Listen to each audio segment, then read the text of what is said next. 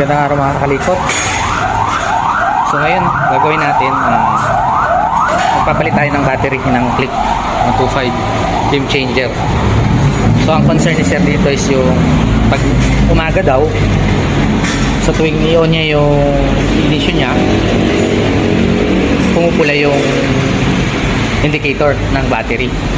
So pag ini-start niya, so kasi kaya ganun yun, ang lifespan ng battery natin is 2 years lang dapat. Itong motor ni sir nasa 4 years na, so lumagpas na siya ng 2 years yung battery niya. So check natin, ito yung battery, check lang natin yung voltage,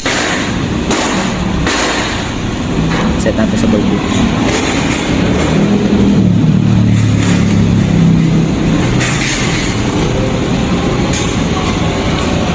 Yan, titingnan nyo 13.30.